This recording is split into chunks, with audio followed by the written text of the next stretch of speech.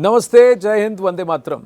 Inside story के एक और अध्याय में आपका स्वागत है। मैं हूं आनंद नरसिम्हन। आज हम बात करेंगे वापस से ईरान और ईरान में ये जो तख्ता पलट की कवायद हो रही है, खासकर वेस्टर्न ताकतों के द्वारा, अमेरिका जो कर रहा है, इसमें भारत का रुख क्या होगा और भारत क्या पोजीशन लेगा।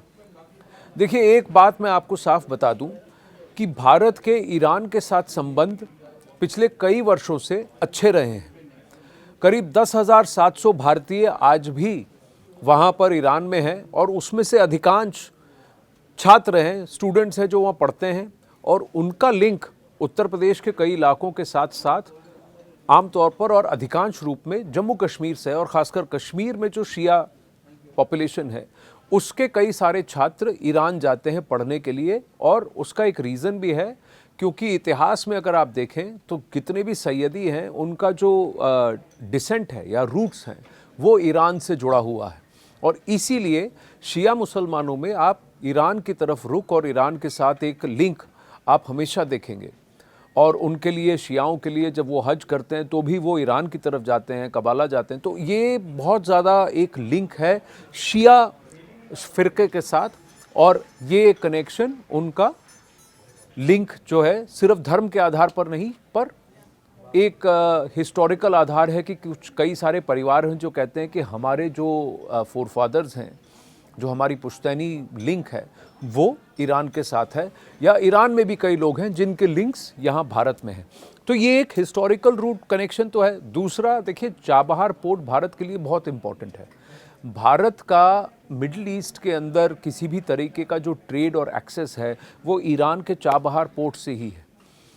और स्ट्रेटेजिक रूप से भी अगर आप देखें तो ईरान ने भारत की, खासकर बलूचिस्तान और अफ़गानिस्तान के साथ जब भी कोई इश्यूज हों तो उसमें भारत के साथ भारत की मदद की है। जब तेल के दाम विश्व भर में बहुत ज़्यादा हुए और इससे पहले कि यूएस ने भारत पर सैंक्शंस लगाने की कोशिश की, तो भारत ने कोविड के काल और उसके अलावा भी ईरान से तेल खरीदने की कोशिश की है और तेल खरीदा भी है। तो कई अलग अलग संबंध है। हालांकि एक्सपोर्ट बिल हमारा उनके साथ इतना कोई, ट्रेड का जो विंडो है उतना कोई बहुत बड़ा नहीं है, 1.7 बिलियन डॉलर्स है, उससे ज़्यादा की कीमत नहीं है। लेकिन हाँ, ईरान के साथ संबंध हैं। और इसीलिए ईरान के फॉरेन मिनिस्टर ने भारत के external affairs minister Subrahmanyam Jaishankar से हाल ही में बातचीत भी की और उनको बताया कि वहाँ क्या हो रहा है। तो अराक जी ने बात जयशंकर से की थी। और भारत अभी भी बहुत ज़्यादा संयम बरतकर यही कह रहा है कि हिंसा विकल्प नहीं है। जिस तरीके का वहाँ पर प्रदर्शनकारी हैं और जिस तरीके का सड़कों पर एक मोबोक्रेसी चल रही है, वो भी विकल्प नहीं है। शांति, बातचीत विकल्प है। और भारत हमेशा लोकतंत्र के पक्ष में रहा है। हालांकि उसने कभी भी आयतुल्लाह खमेनी रिजीम या खमेनी के ख़िलाफ़ कभी कुछ नहीं कहा, पर और वो ईरान की डायनामिक्स को समझता है। ईरान का वेस्टर्न वर्ल्ड के साथ, खासकर यूएस और इजराइल के साथ क्या डायनामिक है, और जो वहाँ का मिडल ईस्ट अरब देश हैं, जो ज़्यादातर सुन्नी बहुल देश हैं, उनके साथ उसका क्या इक्वेशन रहा है, ये भी भारत बखूबी समझता है। मैं आपको बता दूं कि भले ही इस्लाम और ओआईसी के अंडर ये सारे हों, लेकिन टर्की, ईरान, मलेशिया का एक्सेस वो सऊदी अरब, यूएई वाले एक्सेस के खिलाफ रहा है ओआईसी के अंदर। तो एक वर्चस्व की लड़ाई वहाँ पर भी हुई है।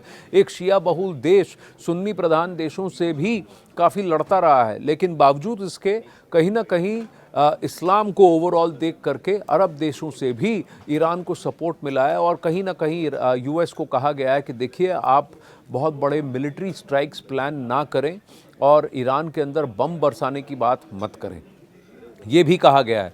हालांकि यूएस बेसिस जो आसपास के देश हैं, देखिए, ईरान के आसपास जितने भी देश हैं, भारत तो अरब महासागर के इस तरफ है, लेकिन ईरान के आसपास जो देश हैं और काफ़ी निकटतम, अफ़गानिस्तान हो गया, बलूचिस्तान का वो इलाका हो गया जो पाकिस्तान के अधीन है इस वक्त, फिर इस तरफ जॉर्डन है, ओमान है, सऊदी अरब है, ये सारे देश ईरान के आसपास हैं।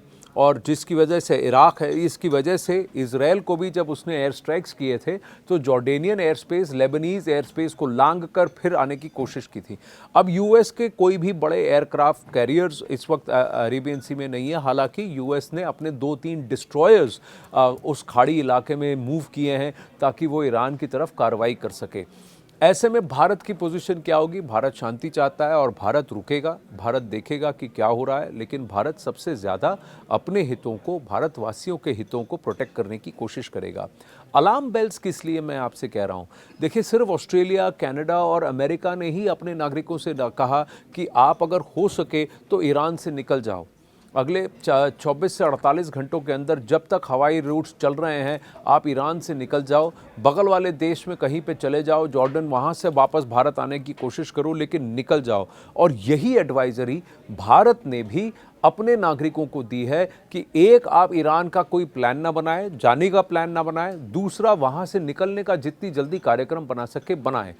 तीसरी बात उन्होंने वहाँ पर एम्बेसी ने, जहाँ तक मुझे खबर है, ये कही है, और ऐसा ही अमेरिकन एम्बेसी और अमेरिका ने भी कहा है अपने अपने नागरिकों से कि अगर आप वहाँ से निकल नहीं सकते तो आप कम से कम हफ्ते 2 हफ्ते का राशन इकट्ठा कर लें, जैसे भी हो इकट्ठा कर लें, और एक सेफ, सुरक्षित, महफूज जगह चले जाएं, ज़्यादा बाहर ना निकलें। ये भी कहा है किसी भी तरीके के प्रदर्शन में आप भाग ना लें, ये भी कहा है। कारण इसलिए क्योंकि 2 तरफा के प्रदर्शन वहाँ स्ट्रीट्स पर हो रहे हैं। एक जो प्रो करंट रिजीम है, खमेनेई रिजीम है, और ऐसे ही प्रोटेस्ट, इनके सपोर्ट में प्रोटेस्ट हमने जम्मू कश्मीर में भी देखे और कुछ अन्य इलाकों में भी देखे जहां शिया बहुल लोग हैं जो सीधा अपने आप को खमेनेई से जोड़ते हैं, क्योंकि खमेनेई पॉलिटिकल लीडर ही नहीं, रिलीजियस लीडर भी हैं, लेकिन इस खमेनेई रिजीम के खिलाफ भी प्रदर्शनकारी हैं और वो भी लाखों की तादाद में ईरान की सड़कों पर उतरे हैं। और दोनों तरफ से किसी न किसी तरह से विरोध का तो प्रदर्शन हो रहा है, एक दमन का काम भी चल रहा है। इस बीच भारत क्या कर सकता है? भारत डायरेक्ट हस्तक्षेप कभी नहीं करेगा। भारत ने अफ़गानिस्तान को छोड़कर, जहां पर उसने तालिबान के खिलाफ थोड़ी सी उसकी मुखालफत की थी और थोड़ा सा उस वक्त की करंट रिजीम को बैक किया था, उसके अलावा भारत ने कभी भी डायरेक्ट हस्तक्षेप नहीं किया। ना नेपाल में किया, ना बांग्लादेश में किया, ना श्रीलंका ने किया। भारत अब ये नीति अपना रहा है कि जो भी वहाँ पर सत्ता पर काबिज होगा हम उसके साथ संबंध बना के रखेंगे और भारत के हितों को आगे बढ़ाने की कोशिश करेंगे। ये हमारा फोकस है। हालांकि हम एज ए नेशन हमेशा शांति चाहते हैं। ट्रंप क्या कर सकते हैं? अगले 24 से 48 घंटों में ईरान में क्या हो सकता है? 3-4 बातें हो सकती हैं। Long range Tomahawk missiles, JASSM missiles, इसका प्रयोग कर सकते हैं।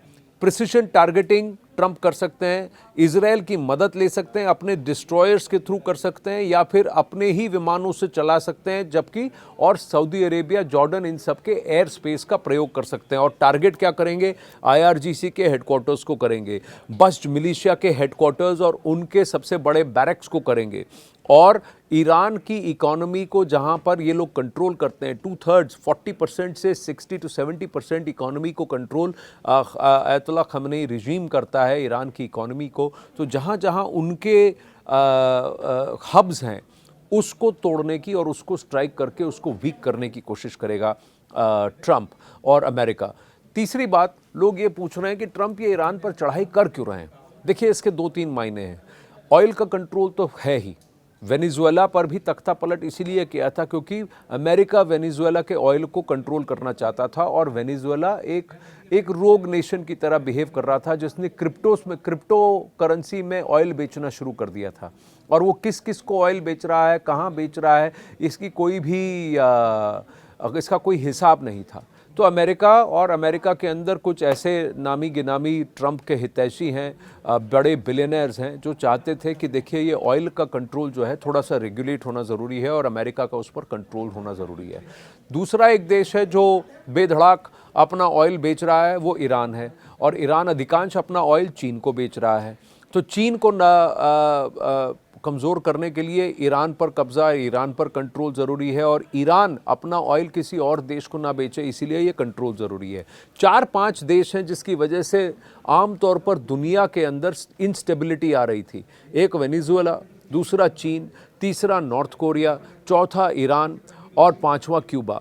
इन पांचों देशों को छोड़ करके अधिकांश रूप से दुनिया एक स्थिरता की तरफ जाने की कोशिश कर रही है और ट्रंप इन देशों को जो रोग बन रहे हैं या अस्थिरता पैदा करने के लिए अपनी मेहनत लगा रहे हैं या अपनी पूंजी लगा रहे हैं, उन देशों पर कंट्रोल या उन देशों पर लगाम खींचने की कोशिश कर रहे हैं। अब ये सही है, गलत है, अपना अपना पर्सपेक्टिव है, लेकिन अमेरिका ये कर रहा है क्योंकि उसके पास अभी वो क्षमता है, वो बल है कि वो ये सब कर सके।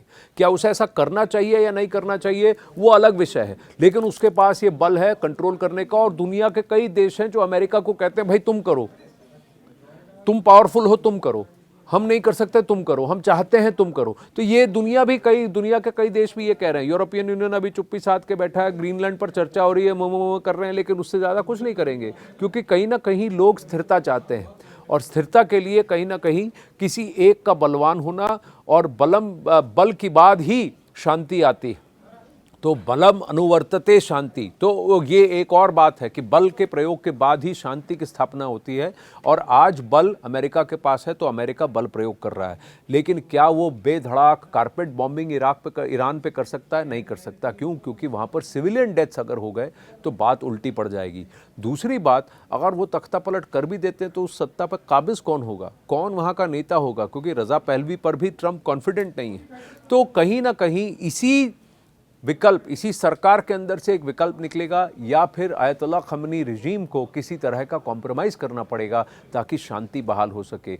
वरना जब तक ईरान के अंदर कंट्रोल एक तरीके का ऐसा ना आ जाए कि स्थिरता पैदा हो, तब तक ये माहौल बना रहेगा। भारत क्या चाहता है? भारत शांति चाहता है, स्थिरता चाहता है और अपने नेबरहुड के अंदर ज़्यादा तकलीफ़ नहीं चाहता। ईरान हमेशा भारत के साथ मददगार भी रहा है, लेकिन ईरान ने कुछ ऐसे कदम भी उठाए हैं जो भारत के हित में नहीं रहे हैं। तो अभी वेट एंड वॉच की नीति भारत अपनाएगा और सही समय पर अपने पत्ते खोलेगा। नमस्ते।